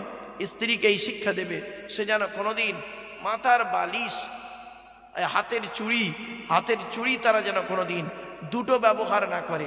এক হাতে দুটো চুড়ি ব্যবহার করা চলবে না। মা বোনেরা শুনে নিন, এক হাতে আপনাদের একটা চুড়ি পরতে হবে, এক হাতে দুটো চুড়ি পরা নিষেধ। এরপরে বলা হয়েছে তোমরা তোমাদের স্ত্রীদেরকে এই শিক্ষা দেবে তারা যেন কোনোদিন মাথার বালিশ কোনোদিন দুটো ব্যবহার যেন না করে। স্বামী স্ত্রী যখন ঘুমাবে একটি মাত্র লম্বা বালিশে মাথা রেখে ঘুমাবে।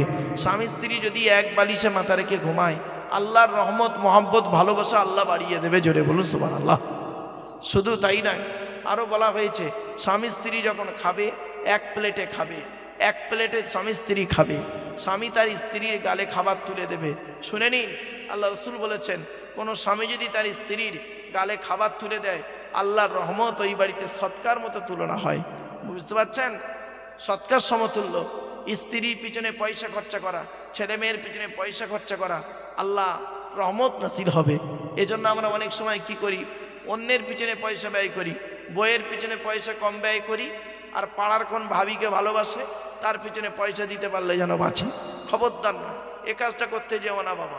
আমি বাস্তব কথাটাই বলছি, শুনতে হয়তো কেমন লাগছে কিন্তু অতি বাস্তব কথা। এই ওয়াজ যদি আমি না করি কিয়ামতের মাঠে আল্লাহ আমার জবানটাকে টেনে ছিঁড়ে নেবে। এরপরে বলা হয়েছে মেয়েদের একটা অভ্যাস হলো কি জানেন, স্বামীকে সন্দেহ করা। মায়েরা বোনেরা, স্বামীকে সন্দেহ করে কোনো লাভ নেই। স্বামীকে সন্দেহ না করে স্বামীকে ভালোবাসুন। অনেক মেয়ে ছেলে করে কি, স্বামীর জন্য তাবিজ করতে ছোটে, তদবির করে, তাবিজ করে। আজ আমি একটা মারাত্মক তাবিজ বলে যাচ্ছি। স্বামী স্ত্রী যখন ঘুমাবে একটিমাত্র বালিশে মাথা রেখে ঘুমাবে। স্বামী স্ত্রী যদি এক বালিশে মাথা রেখে ঘুমায় আল্লাহর রহমত মহব্বত ভালোবাসা আল্লাহ বাড়িয়ে দেবে। শুধু তাই নয়, স্বামী স্ত্রী যখন ঘুমাবে একটিমাত্র বালিশ ব্যবহার করবে। স্ত্রী যদি তার মাথার লম্বা চুলটা ওই বালিশের উপরে বিছাইয়ে দেয় আর স্বামী যদি স্ত্রীর চুলের উপরে মাথা রেখে ঘুমায়, ওই স্বামী ওই মুহূর্তে জীবনে কোনোদিন অন্য কোনো মেয়ের কথা ওর মনেই আসবে না। জোরে বলুন সুবহানাল্লাহ। কি আশ্চর্য! এছাড়া আরও বলা হয়েছে স্ত্রীকে ঘুরতে নিয়ে যাওয়া সুন্নাত। মাঝে মাঝে স্ত্রীকে বেড়াতে নিয়ে যাবেন, এটা সুন্নাত, রাসূলুল্লাহর হাদিস। স্ত্রীর কাজে সহযোগিতা করবেন, আল্লাহ রসুল বলেছেন, আমি বলিনি। আল্লাহর নবীর স্ত্রী আম্মা জান আয়েশা বলছেন আল্লাহর নবী বাড়ির ভিতরে 3টে কাজ করে দিতেন। মাঝে মাঝে আমার রান্নার সহযোগিতা করতেন, মাঝে মাঝে ঝাড়ুখানা নিয়ে ঘর বারান্দাগুলো ঝাড় দিয়ে দিতেন, মাঝে মাঝে নবীজি করতেন কি, কুয়া থেকে পানি তুলে থালা বাসনগুলো মাঝে মাঝে মেজেও দিতেন। এই হলো নবীর আদর্শ। আজকে আমাদের মধ্যে যদি এই আদর্শ থাকতো তাহলে আমরা আজকের এইরকম পিছিয়ে পড়তাম না, স্বামী স্ত্রীর মধ্যে সমস্যা তৈরি আর হতো না। তাই আপনাদেরকে আমি অনুরোধ করে বলে যাচ্ছি, এই কথাগুলো আপনারা একটু মাথায় রাখুন। মা বোনেদেরকে অনেক কথা বলেছি, মা বোনেদের সম্পর্কে যা বলেছি অনেক আলোচনা হয়েছে, টুকটুক টুকটুক করে কথাগুলো বলেছি। আমার মায়েরা বোনেরা যারা শুনেছেন আশা করি উপকার পাবেন। চলেন, তাই আল্লাহ পাক বললেন 1 নম্বর হলো কিয়ামত কবে হবে বান্দা তোমরা কেউ জানো না।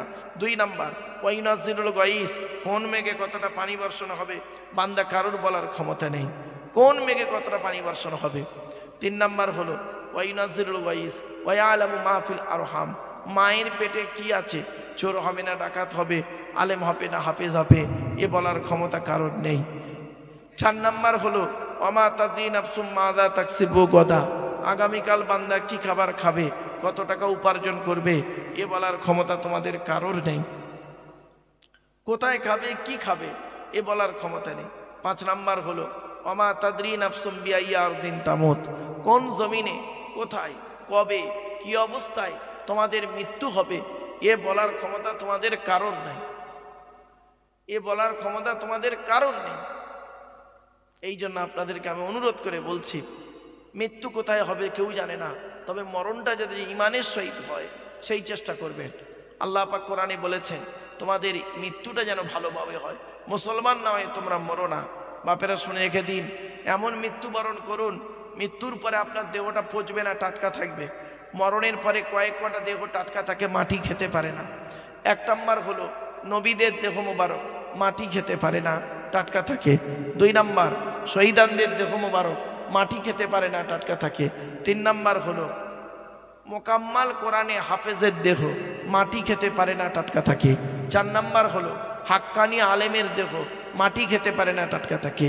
5 নাম্বার হলো মুয়াজ্জিনের দেহ মাটি খেতে পারে না, টাটকা থাকে। 5 নাম্বার হলো হালাল খানেওয়ালা মানুষের দেহ। 6 নাম্বার হলো হালাল খানেওয়ালা মানুষের দেহ মাটি খেতে পারে না, টাটকা থাকে। আমার বাপেরা, কবর কাউকে ছাড়বে না। চোখ দুটো বন্ধ হয়ে গেলে মাটির নিচে চলে যাবেন। কবর 4টে কথা বলে। 1 নাম্বার কবর বলে আমি কবর সাপ বিছে পোকামাকড়ের ঘর। 2 নাম্বার কবর বলে আমি কবর দরজা জানালা ছাড়া ঘর। আপনাদের এলাকায় কোনো মানুষ মারা গেলে আপনারা কি করেন? গোসল দিয়ে কাফন পরিয়ে জানাজা পরিয়ে মাটি দিয়ে চলে আসেন। 20 দিন পরে কবরটা খুলে কোনো দিন দেখেছেন লাশটা কেমন আছে কবরে? আজ আপনাদের বলে যাচ্ছি, মানুষ মারা যাওয়ার পর 8 থেকে 10 দিন পরে মাথার চুলগুলো, গায়ের লোমগুলো, হাতের নখগুলো খসে খসে পড়ে যায়। 12 থেকে 14 দিন পরে ব্রেনটা পচে গিয়ে নাক দিয়ে, কান দিয়ে, গাল দিয়ে গড়াতে থাকে। 18 থেকে 20 দিন পরে পেটটা ফেটে যায়, পোকায় তৈরি হয়। 2 মাস পরে চামড়া মাংস পোকায় খেয়ে নেয়, ফ্রেমটা পড়ে থাকে। 6 মাস পরে দেহের কয়েক কটা হাড় বাকি সব পোকায় খেয়ে নেয়। কোথায় গেল সুন্দর দেহ? কোথায় গেল? মাটির দেহ মাটি হবে, পুড়ে হবে ছাই। এ দেহ পচা দেহ, গরব কিসের ভাই? বাপেরা, কবরে শুতে হবে। মনে রাখবেন, কবর কাউকে ছাড়ে না। 3 নাম্বার কবর বলে আমি কবর, আমি কাউকে চিনি না। কে মাওলানা, মুফতি, আলেম, হাফেজ, পিসা, মুনি সাহেব, কোনো সাহেবকে আমি চিনি না। 4 নাম্বার হলো কবর বলে আমি কবর, আমার উপরে লাইটিং করতে গেলে, আমার উপরে টাকা দিয়ে খুশবু করতে গেলে, ফুল দিয়ে খুশবু করতে গেলে, টাকা দিয়ে লাইটিং করতে গেলে, অনেক কিছু করতে গেলে টাকার প্রয়োজন হয়। আর আমি কবর, আমার ভেতরে লাইটিং করতে গেলে, ভেতরে খুশবু করতে গেলে, ভেতরে আলোকিত করতে গেলে নেক আমলের প্রয়োজন হয়। তাই আমার বাপেরা, মানুষের উপকার করতে না পারলে ক্ষতি করতে জীবনে যাবেন না। মানুষের উপকার করতে পারেননি, ঠিক আছে, ক্ষতি করবেন না। ক্ষতি করলে কিন্তু জবাব দিতে হবে। তাই আপনাদের আমি অনুরোধ করে বলে যাচ্ছি, করজোড়ে বলে যাচ্ছি, আগামী বছর যখন এই জলসা দেবেন, এই জলসা অন্তত বাবা হাতে ধরে বলে যাচ্ছি, সারা রাত না দিয়ে মধ্যরাত পর্যন্ত, ওই 11টা পর্যন্ত জলসা দেবেন। আর যদি পারেন তো চেয়ার টেবিলের ব্যবস্থা করবেন। অনেক সময় হয় কি, এই ঠান্ডাতে তো নিচে বসতে একটু কষ্ট হয়। এত সুন্দর প্যান্ডেল, কত ভালো প্যান্ডেল, স্টেজ থেকে শুরু করে ইন্তজাম কমিটিও খুব ভালো, সব কিছু ভালো বাবা। কিন্তু যদি আখেরি শ্রোতা একটু কম হয়ে যায় না বাবা, তাতে বক্তার বক্তব্য করতে একটু অন্যরকম হয়ে যায়। শোনার লোকের অভাব, বেশি নয়। শ্রোতা বেশি দরকার নেই, অল্প শ্রোতাই ভালো, তবে শূন্যওয়ালা শ্রোতার দাম আছে। তো আমার কপাল ভালো, এতটা রাত হয়ে গেল, তাহাজ্জুদ প্রায় শেষের পথে, আর কয়েক ঘন্টা পরে তাহাজ্জুদ শেষ হয়ে যাবে। তাহাজ্জুদের সময় আপনারা যে কষ্ট করে বসে আছেন, একটা হাদিস শুনিয়ে যাই। আমার মা বোনরা যে বসে আছে শুনে নিন। আল্লাহ নবী বলেছেন 3 প্রকার চোখ জাহান্নামের আগুন হারাম। হুররিমাতিন নারু আলা সালাসাতি আয়ুনিন, আইনুন বাকাত মিন খশিয়াতিল্লাহ। 1 নাম্বার হলো যে চোখটা নাকি নিজের পাপের কথা খেয়াল করে কাঁদে, নিজের পাপের কথা খেয়াল করে কাঁদে, ওই চোখটা জাহান্নামের আগুন হারাম। 2 নাম্বার হলো আইনুন সারাত ফি সাবিলিল্লাহ, যে চোখটা নাকি রাত্রি জেগে জেগে আল্লাহর কোরআন নবীর হাদিস শোনে, আমল করে এবং ইবাদত করে। জোরে বলুন সুবহানাল্লাহ। তবে বাবা সারা রাত জলসা দেবেন না। এই দেখেন, এত টাকা খরচা করেছেন, এত সুন্দর প্যান্ডেল, কারোর বিয়ে বাড়িতে এত ভালো প্যান্ডেল হয় না। কিন্তু দুঃখের বিষয় কি জানেন? শোনার লোকের অভাব। আবার অনেকের শোনার ইচ্ছা থাকলেও বসার লোকের অভাব। চেয়ার থাকলে সকলেই বসতে পারতেন, আর যেহেতু প্লাস্টিক তো অনেক যুবক ছেলে আছে, তারা ওই প্যান্ট পরে আছে, বসতেও অসুবিধা তাদের। এজন্য বাবা আপনাদেরকে আমি অনুরোধ করছি, আপনারা একটু দয়া করে মেহরবানি করে 2-4টে কথা আমার শুনে যান, বাড়িতে গিয়ে প্র্যাকটিক্যাল করবেন। ব্যাস, আমি বেশি রাত পর্যন্ত জলসা করব না, আপনাদের ভয় নেই বাপ, ভয় নেই। একটু দয়া করে মেহরবানি করে কথাগুলো একটু শুনুন। আমি যে কথাগুলো বলছি ঠিক বলছি না ভুল বলছি, একটু নিজেরা একটু বুঝবেন। তো আজকের আলোচনার বিষয়বস্তু সম্পর্কে বলতে গিয়ে আমাদের সৃষ্টিকর্তার পরিচয়টা প্রথম বলে দিই। আল্লাহ নিজেই বলছেন, কুল নবী তুমি বলো, হু আল্লাহু আহাদ, সে আল্লাহ হলেন একক।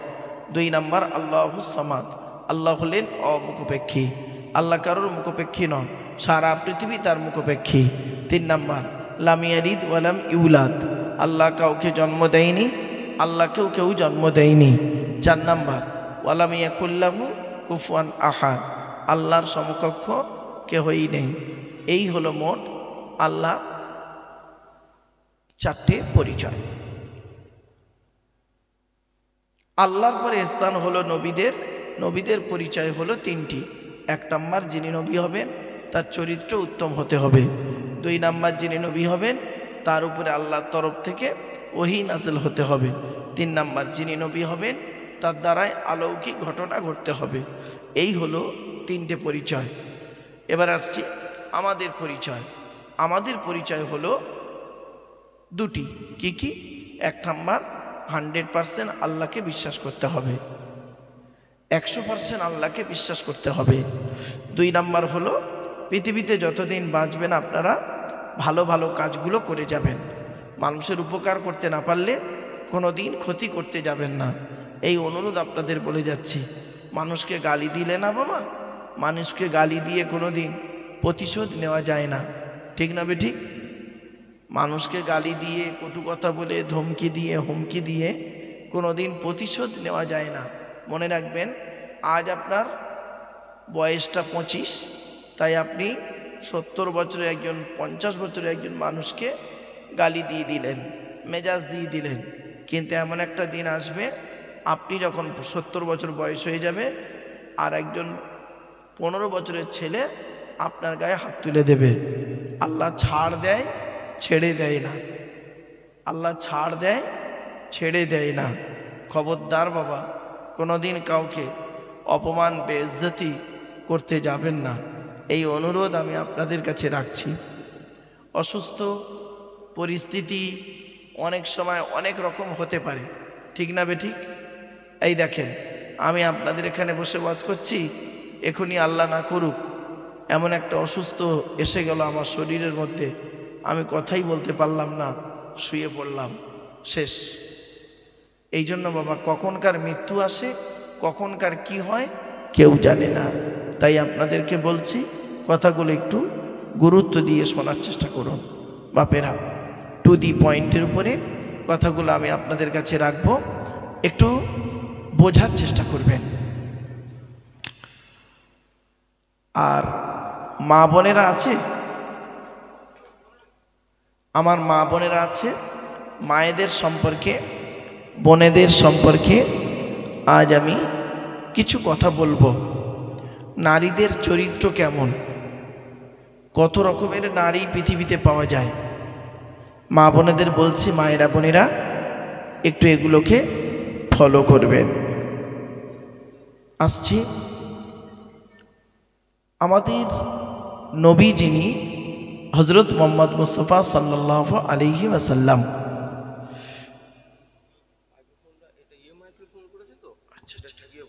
আচ্ছা কারেন্ট মারবে না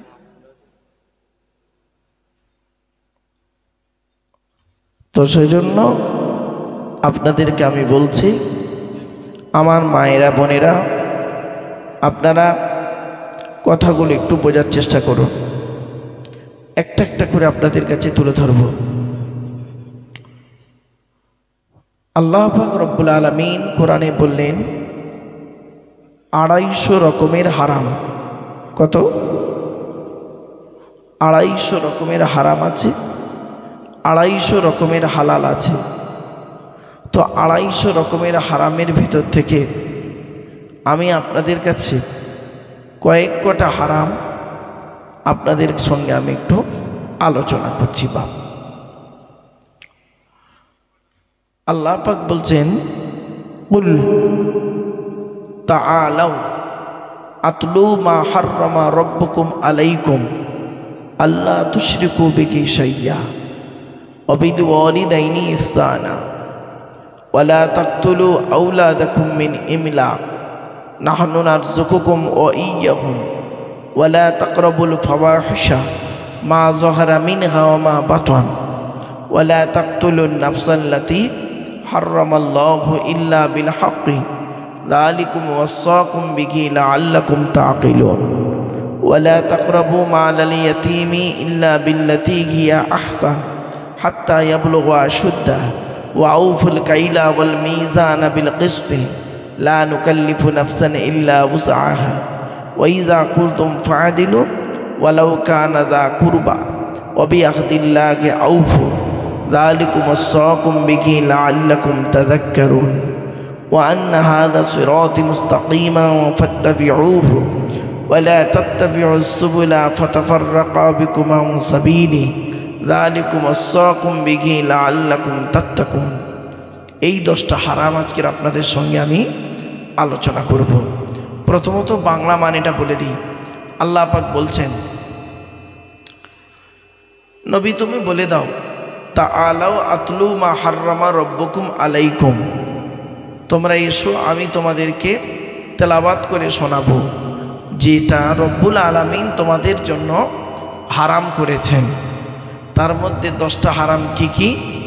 1 নম্বর হারামের নাম হলো আল্লাহ তুশরিকু বিহি শাইয়্যা, তোমরা আল্লাহর সঙ্গে কাউকে শরীক করো না, কোনো ব্যক্তি বস্তুকে আল্লাহর সঙ্গে তুলনা করো না, একে বলা হয় শরীক।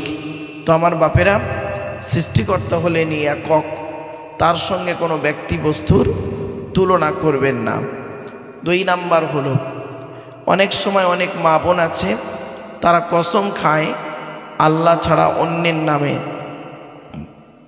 ছেলের কসম, মায়ের কসম, বাপের কসম, পীরের কসম, মাজারের কসম, আরও বিভিন্ন ধরনের কসম তারা করে। খবরদার মা বোনেরা, আল্লাহ ছাড়া অন্যের নামে কসম করলে আপনি মুশরিক হয়ে যাবেন।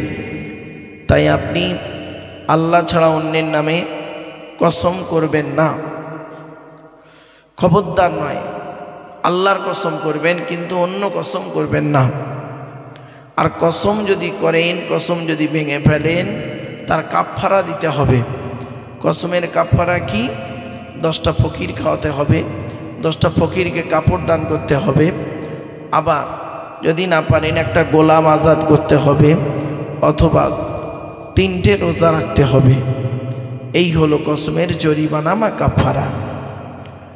এবার আসছি, আল্লাহ পাক বলছেন সকলের গুনাহ আল্লাহ মাফ করবে, কিন্তু শিরককারীর গুনাহ আল্লাহ মাফ করবে না। তাই বাপেরা, আপনারা কোনোদিন আল্লাহর সঙ্গে শরীক করবেন না কাউকে। একটা অনুরোধ আপনাদের করে যাচ্ছি, আল্লাহর সঙ্গে কাউকে শরীক করবেন না। আর একটা কথা হলো কি, আমার মা বোনেদের বলি, মায়েরা বোনেরা, আপনারা আল্লাহর সঙ্গে কাউকে শরীক করবেন না। আল্লাহ পাক অন্য আয়াতে বলছেন, ওয়াবুদুল্লাহ ওয়া লা তুশরিকু বিহি শাইয়্যা, তোমরা আল্লাহর ইবাদত করো, আল্লাহর সঙ্গে কাউকে শরীক করো না।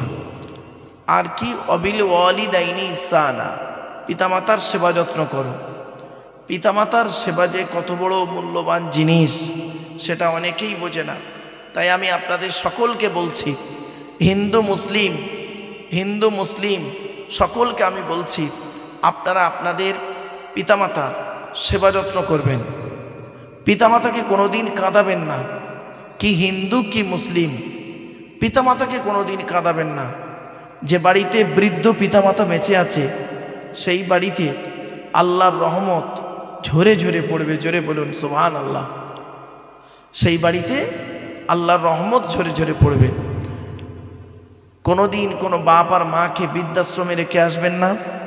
চেষ্টা করবেন আপনি আপনার পিতামাতাকে ঠিকমতো খাওয়া দাওয়া দিতে। মনে রাখবেন যে বাড়িতে বৃদ্ধ পিতামাতা বেঁচে থাকে সেই বাড়িতে কোনো দিন গজব আসে না, আল্লাহর রহমত নাজিল হয়। বৃদ্ধ পিতামাতা যে বাড়িতে বেঁচে থাকে, এজন্য খবরদার যাদের বাম্মা বেঁচে আছে কোনো দিন কাঁদাবেন না, মাকে কোনো দিন গালি দেবেন না, বাপকে কোনো দিন ধমকি দেবেন না। স্ত্রীর কথা শুনে, কোনো ব্যক্তির কথা শুনে মরা বাম্মাকে গালি দেবেন না, মরা বাম্মাকে গালি দেবেন না।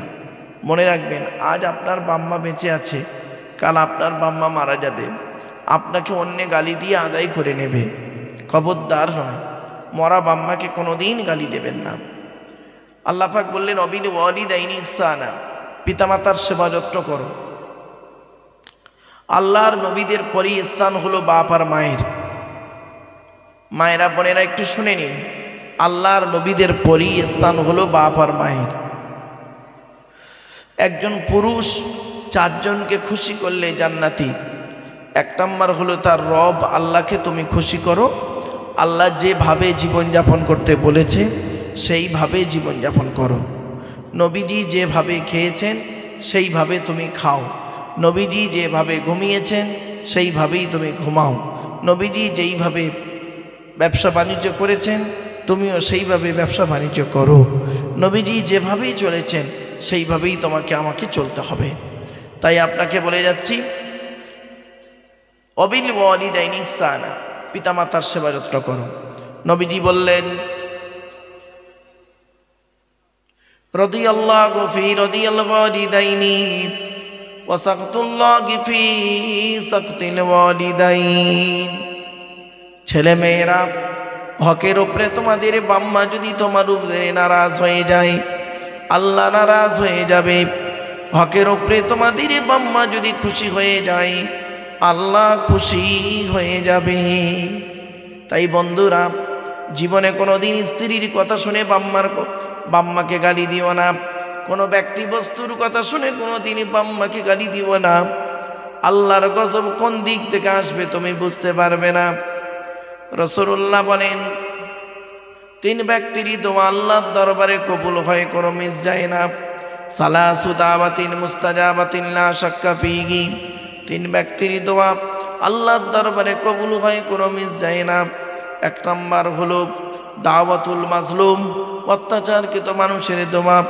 2 নম্বর হলো দাওয়াতুল মুসাফিরি,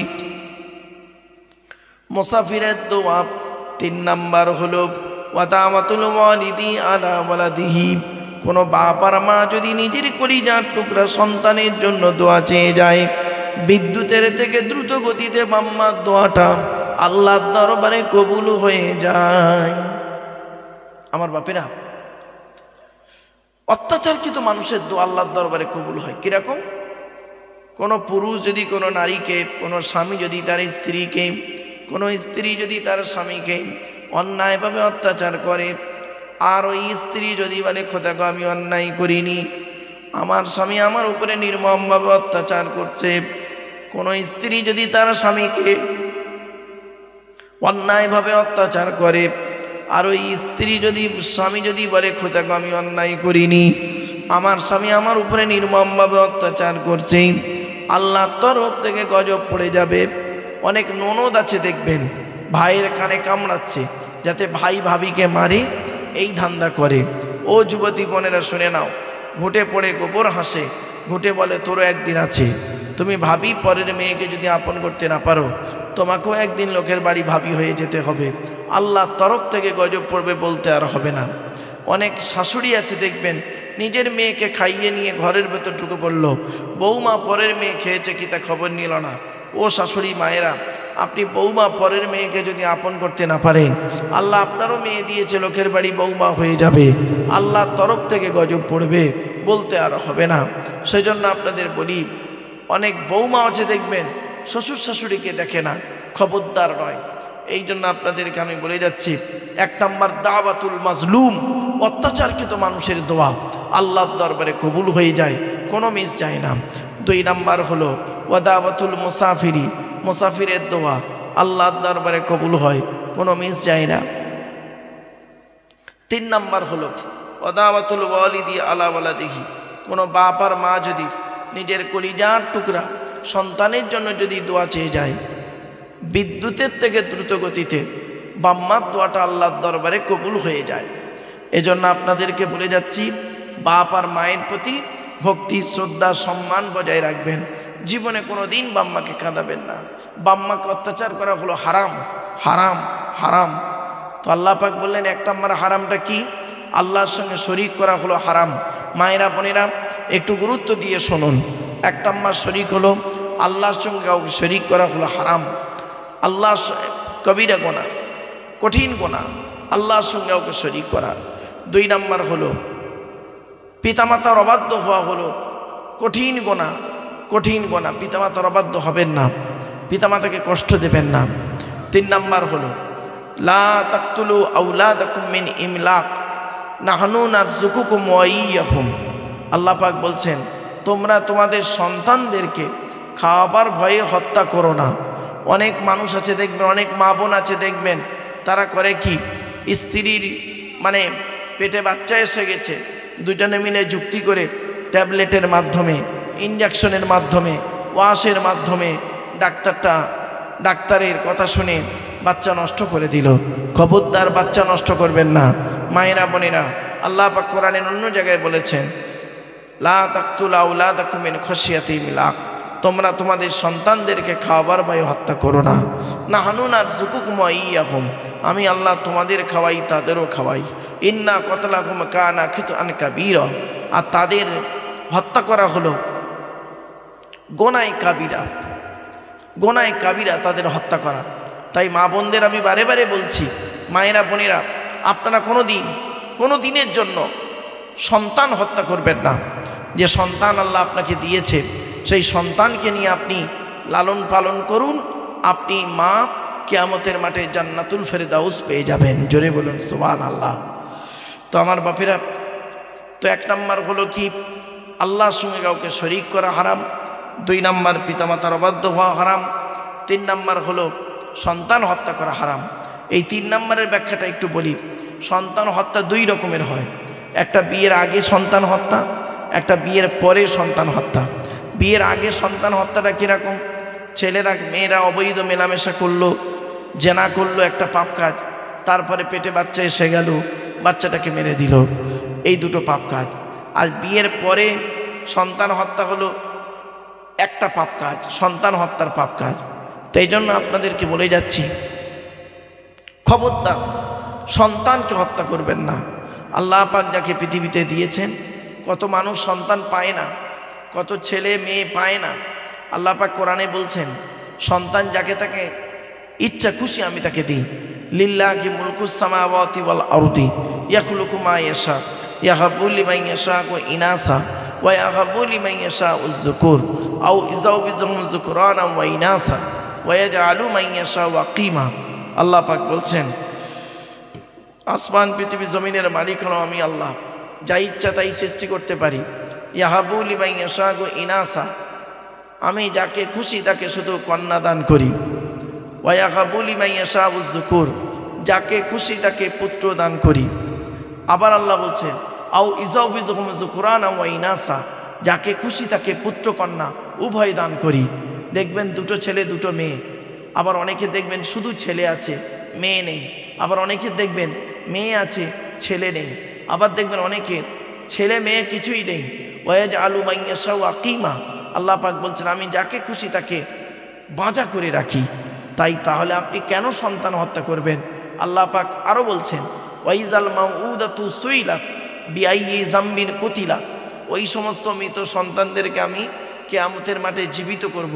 বিআইয়ি যামবিন কুতিলাত, যে কোন অন্যায়ের কারণে তোমাদেরকে তোমাদের পিতামাতা হত্যা করেছিল, ওই মাসুম মাসুম বাচ্চারা বলবে, আল্লাহ আমরা হত্যা হতে চাইনি, আমাদের বাপ আর মা আনন্দ ফুর্তি করলো, বাপের পৃষ্ঠ হতে মায়ের পেটে থেকে আল্লাহ যখন আমাদেরকে আনলো, তখন আমার বাপ মা দুজনে মিলে যুক্তি করে ডাক্তারের পরামর্শ নিয়ে আমাদেরকে মেরে দিল।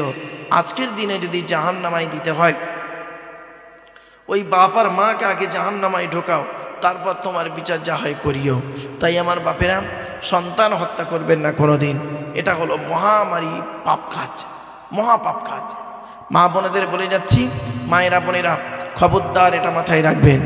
4 নাম্বার হলো লা তাকরাবুল ফাওয়াহিশা মা যাকারা মিনহা ওয়া মা বাতান।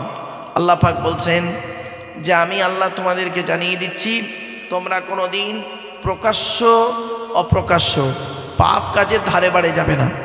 আচ্ছা, প্রকাশ্য পাপ কাজটা কি?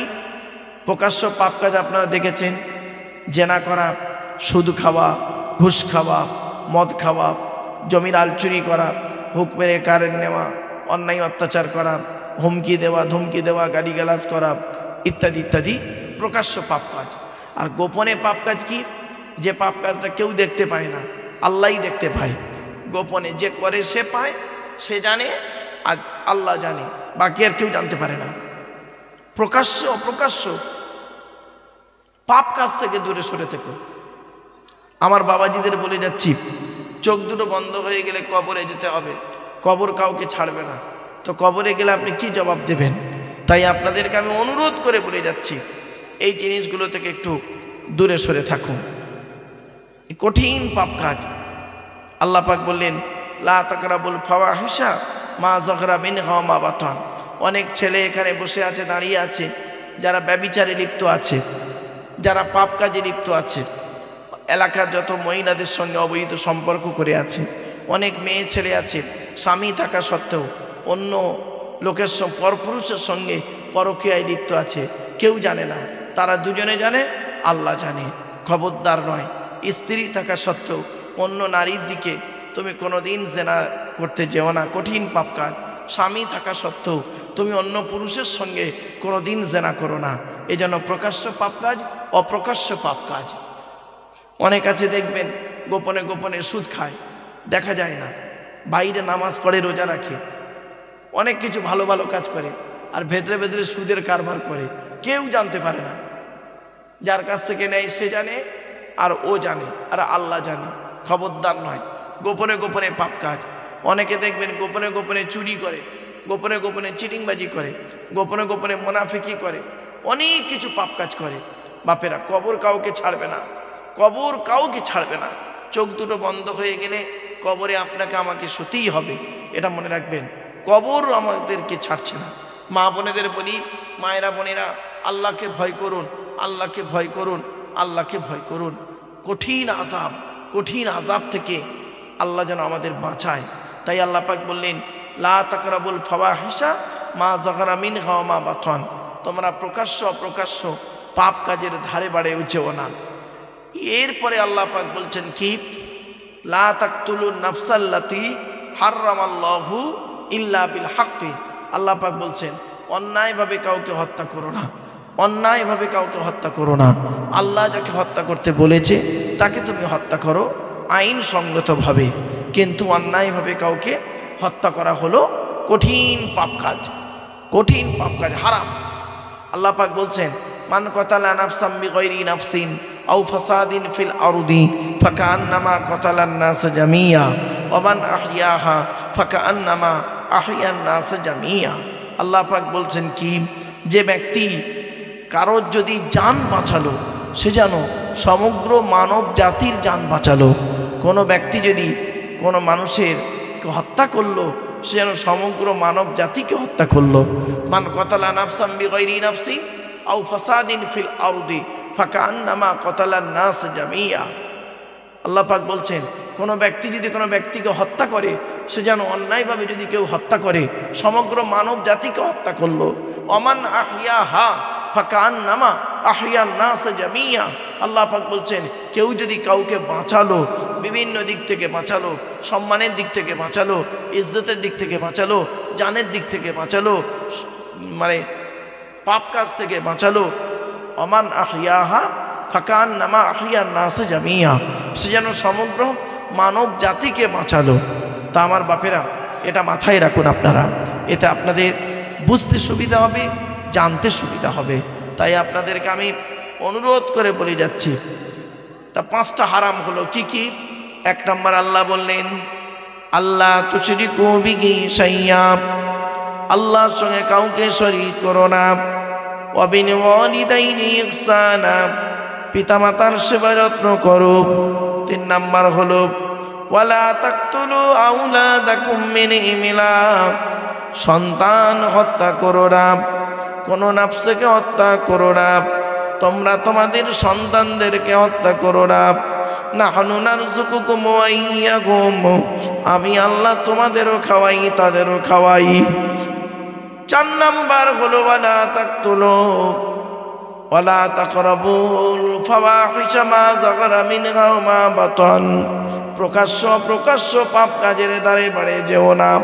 পাঁচ নাম্বার হলো ওয়ালা তাকতুলুন নাফসাল্লাতী হারামাল্লাহু ইল্লা বিল হাক্কি, অন্যায়ভাবে কাউকে তোমরা হত্যা করিও না। এটা যদি করো তাহলে তোমরা পাপ কাজে লিপ্ত হয়ে যাবে।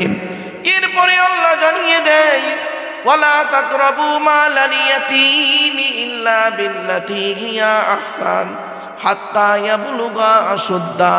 আল্লাহ পাক জানিয়ে দিয়েছেন তোমরা কোনোদিন এতিমদের মাল খেও না, এতিমের মালের ধারে বাড়ে যেও না, এতিমকে কোনোদিন হত্যা করো না, এতিমের মাল খেও না। এতিমের মাল যদি তোমরা খাও আমি আল্লাহ তোমাদের জাহান্নামের আগুন পেটের মধ্যে ঢুকিয়ে দেব। আল্লাহ পাক জানিয়ে দিলেন ইন্নাল্লাযীনা ইয়াকুলুনা আমওয়ালাল ইয়াতামা যুলমান ইন্নামা ইয়াকুলুনা ফি বুতুনিহিম নারা ওয়া সায়াসলাউনা সাঈরা। 4 নম্বর পারা 17 নম্বর পৃষ্ঠা 14 নম্বর লাইন, সূরার নাম সূরা নিসা 10 নম্বর আয়াতে আল্লাহ বলছেন নিশ্চয়ই যারা এতিমের মাল ভক্ষণ করে, ইন্নাল্লাযীনা ইয়াকুলুনা আমওয়ালাল ইয়াতামা যুলমান, যারা এতিমের মাল ভক্ষণ করে তারা তাদের পেটে নরকের আগুনগুলো ঢোকাতে শুরু করে। আমি আল্লাহ তাদের জন্য সাঈর নামক জাহান্নাম নির্ধারিত করে রেখে দিয়েছি। তাই আপনাদেরকে আমি অনুরোধ করে বলে যাচ্ছি, খবরদার এতিমের মাল কোনো দিন ভক্ষণ করবেন না। এতিমের মাল খাওয়া হলো হারাম, কঠোর হারাম, এতিমের মাল খাওয়া হারাম আমার বাপেরা। তাই আপনাদেরকে আমি অনুরোধ করে বলে যাচ্ছি এতিমের মাল খাবেন না। আল্লাহর নবী বলেছেন মান আওয়া ইয়াতীমান ইলা তুআমিহি ওয়া শারাবিহি আওজাবাল্লাহু লাহুল জান্নাহ। আল্লাহ রাসূল বলেছেন যে ব্যক্তি কোনো এতিমের মাথায় হাত বুলালো, কোনো এতিমকে পানি পান করালো, কোনো এতিমকে খাবার খাওয়ালো, এতিমকে আশ্রয় দিল, আওজাবাল্লাহু লাহুল জান্নাহ, ওই ব্যক্তির জন্য জান্নাত ওয়াজিব হয়ে যায়। বাপেরা এতিম বাচ্চার প্রতি আপনি ভালোবাসা দেখান, সে হিন্দু হোক আর মুসলিম হোক। খবরদার হিন্দু মুসলিম ঝগড়া মারামারি করবেন না। হিন্দু মুসলিম কাঁধে কাঁধ মিলিয়ে চলবেন, একে অপরের উপকারে ঝাঁপিয়ে পড়বেন, একে অপরের বিপদে ঝাঁপিয়ে পড়বেন। হিন্দু মুসলিম একে অপরের প্রতি ভক্তি শ্রদ্ধা সম্মান বজায় রাখবেন। মনে রাখবেন হিন্দু ভাইদের কাছে যেমন মন্দিরটা পবিত্র, খ্রিস্টানদের কাছে যেমন গির্জাটা পবিত্র, মুসলমানদের কাছে তেমন মসজিদটাও পবিত্র। বাপেরা হিন্দু ভাইদের কাছে যেমন ঋগ্বেদ সামবেদ যজুর্বেদ অর্থববেদ গীতা রামায়ণ মহাভারতটাও যেমন পবিত্র, পুরাণ পবিত্র, আর খ্রিস্টানদের কাছে যেমন বাইবেলটাও পবিত্র, মুসলমানদের কাছে তেমন কোরআনটাও পবিত্র। সুতরাং কোরআন হাদিস এদের কাছে পবিত্র। একে অপরের ধর্মকে গালি দেবেন না, একে অপরের ধর্মের মানুষকে কোনো দিন ঘৃণা করবেন না, তুচ্ছ তাচ্ছিল্য করবেন না, একে অপরের মানুষের প্রতি ভক্তি শ্রদ্ধা সম্মান বজায় রাখবেন। তাহলে দেখবেন সমাজে উন্নতি হবে, সমাজে কোনো দিন ঝগড়া মারামারি হবে না। তাই অনুরোধ করে বলে যাচ্ছি কিসের হিন্দু কিসের মুসলিম আপনারা বলেন? হিন্দুদের রক্তের ভিতরে মুসলমানদের রক্ত আছে, আর মুসলমানদের রক্তের ভিতরে হিন্দুদের রক্ত আছে। আপনাদের এলাকায় ব্লাড ডোনেশন ক্যাম্প হয়, রক্তদান শিবির হয়, ব্লাড যখন নেওয়া হয় তখন বলা হয় নাকি এই ও হিন্দু ওর রক্ত আলাদা কর, ও মুসলিম ওর রক্ত আলাদা কর, বলে নাকি? ব্লাডের মধ্যে কাস্টের কোনো ডিভাইডেড থাকে না, ব্লাডের মধ্যে জেন্ডারের কোনো ডিভাইডেড থাকে না, ব্লাডের মধ্যে কালারের কোনো ডিভাইডেড থাকে না, ব্লাডের মধ্যে গ্রুপের ডিভাইডেড করা হয়। ব্লাডের 4টে গ্রুপ গো বাবা, এ বি আর ও, প্রত্যেকটার মাইনাস প্লাস।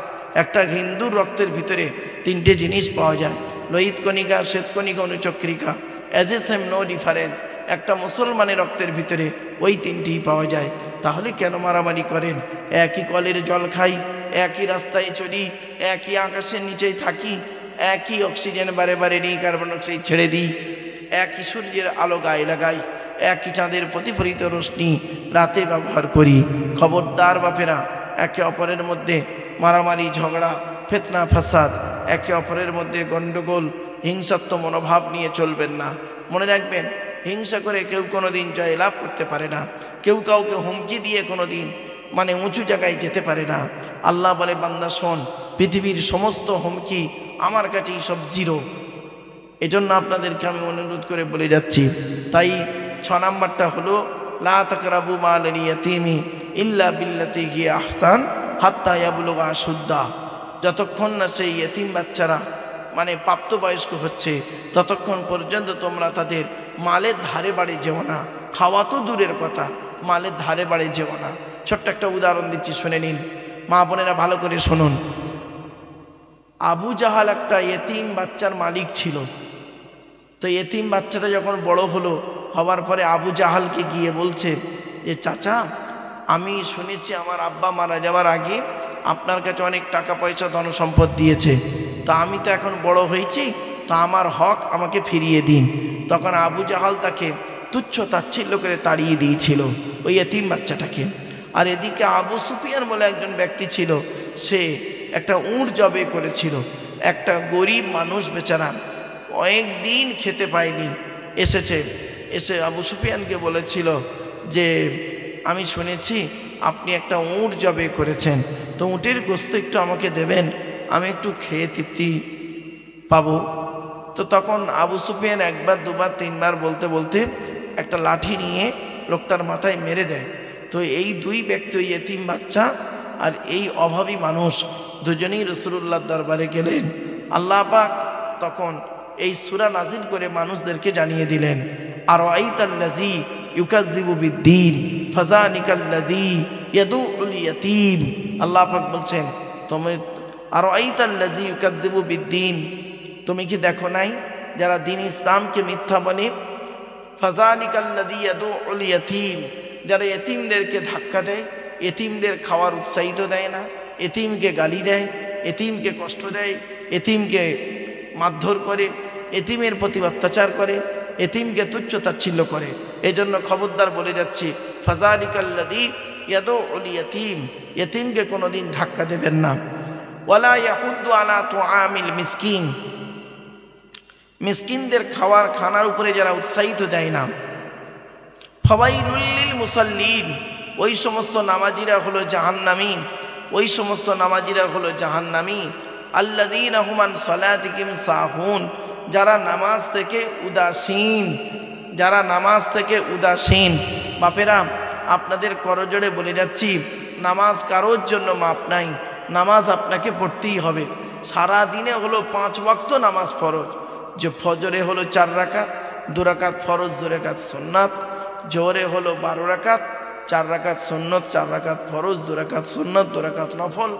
আসরে হলো 8 রাকাত, 4 রাকাত সুন্নত, 4 রাকাত ফরজ। মাগরিবে হলো 7 রাকাত, 3 রাকাত ফরজ, 2 রাকাত সুন্নত, 2 রাকাত নফল। এশায় হলো 17 রাকাত, 4 রাকাত সুন্নত, 4 রাকাত ফরজ, 2 রাকাত সুন্নত, 2 রাকাত নফল, 3 রাকাত বেতের, 2 রাকাত নফল। তো আমার বাপেরা, এই মোট 48 রাকাত নামাজ, 48 রাকাত নামাজ আপনাকে আমাকে পড়তে হয় সারা দিনে 5 বার। ফজরের নামাজ যদি কেউ পড়ে, অজু করে যদি ফজরের সময়, আল্লাহ রাসূল বলেছেন তার মুখের উজ্জ্বলতা বেড়ে যায়। জোরে বলুন সুবহানাল্লাহ। ফজরের নামাজ যদি কেউ পড়ে, মুখের উজ্জ্বলতা বেড়ে যায়।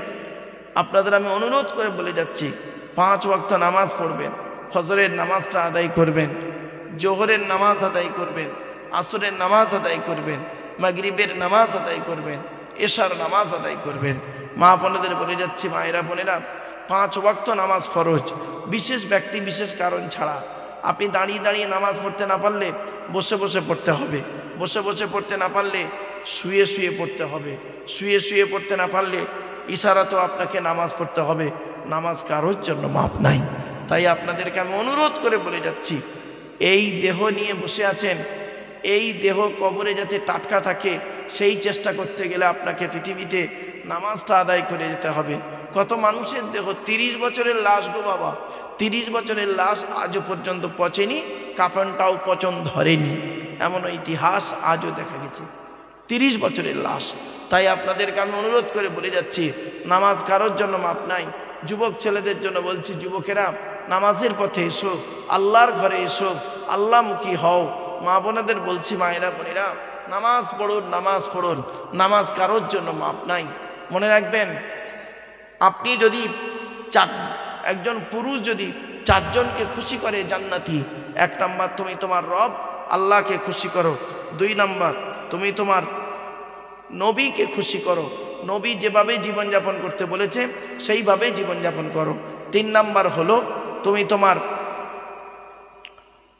পিতাকে খুশি করো, জন্মদাতা বাপকে খুশি করো।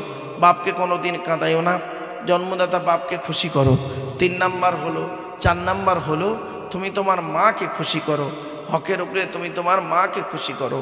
একজন পুরুষ যদি 4 জনকে খুশি করে, আল্লাহ, নবী, বাপ আর মা, 4 জনকে খুশি করলে সে একজন জান্নাতি, সে একজন জান্নাতি, সে একজন জান্নাতি। ফিরিয়ে আনে।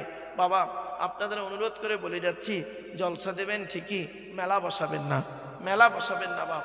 কবরে শুতে হবে। মেলা বসালে হয় কি দেখবেন, এখানে লোক থাকে কম, মেলায় লোক যায় বেশি।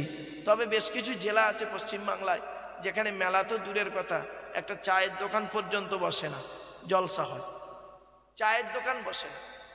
এই পূর্ব বর্ধমান বেশি দূরের জেলা নয়, পূর্ব বর্ধমানে জলসা হয়। শুনবেন, 8টায় বক্তা ওঠে, 11টায় শেষ হয়ে যায়। একটা বক্তাই 3 ঘন্টা ওয়াজ করে। বক্তায় মোনাজাত শেষ, ওখানেই বসে 10,000 15,000 লোক তাবারুক খেয়ে বাড়ি চলে গেল। আর দোকান তো দূরের কথা, দোকানই বসে না, দোকান একটাও পাবেন না। আর লোক দূর দূর থেকে আসে, জানে 11টায় শেষ তো, 8টা থেকে 11টা 3 ঘন্টা। এসে এসার নামাজ পড়লো, কেউ এসার নামাজ পড়ে এলো, ব্যাস, অসুবিধে নেই। আর সারা রাত জলসা দিলে বাবা 3-4টে বক্তা এনে কোনো লাভ হয় না গো বাবা। একজন বক্তা যদি ঠিক মতো ওয়াজ করে 3 ঘন্টা 3.5 ঘন্টা, ওইটাই যথেষ্ট। এই জন্য বাবা আসুন একটু নবীর সামনে দাঁড়িয়ে বাবা একটু সালাত ও সালাম পাঠ করব। ইয়া নবী সালাম আলাইকা, ইয়া রাসূল সালাম আলাইকা, ইয়া হাবিব সালামুন আলাইকা সালাওয়াত। দয়াময় আল্লাহ যিনি কি নিয়ামত পাঠালেন তিনি, চিনিল না মক্কাবাসিনী, চিনিল বনের হরিণী। ইয়া নবী সালামুন, ইয়া রাসূল সালামুন আলাইকা, ইয়া হাবিব সালামুন আলাইকা সালাওয়াতুল্লাহ।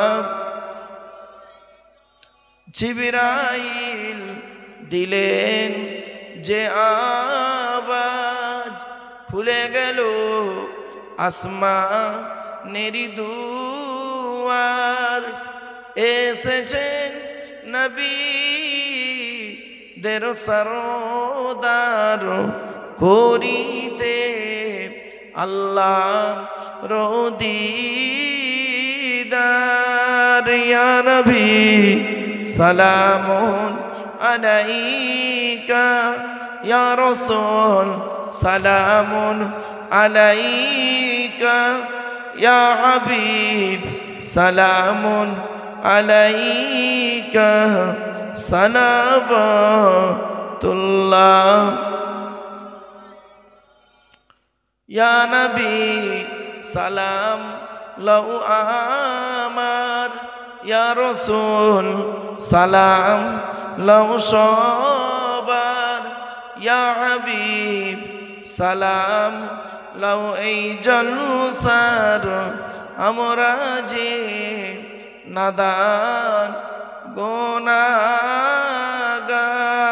ইয়া নবী সালামুন আলাইকা ইয়া রাসূল সালামুন আলাইকা ইয়া হাবিব সালামুন আলাইকা সালাওয়াতুল্লাহ আলাইকা। সকলে বসে জানি ইয়া রাব্বি সাল্লি সাল্লিম আলা নবী খাইর খালকুল হামিদ। भेजा रम्मई दरूद व सलाम दर गुजी दर नबी पर अपना मुदाम। बाबा सकले बिस्मिल्लाह सूरा फातिहा शरीफ एक बार 3 বার सूरा इखलास कुल हुवल्लाह बेजेर संगे कয়েকবার दरूद शरीफ पाठ करुन। बाड़ीर मायेरा बोनेरा आपनारा सकलेई मोनाजाते शामिल हबेन।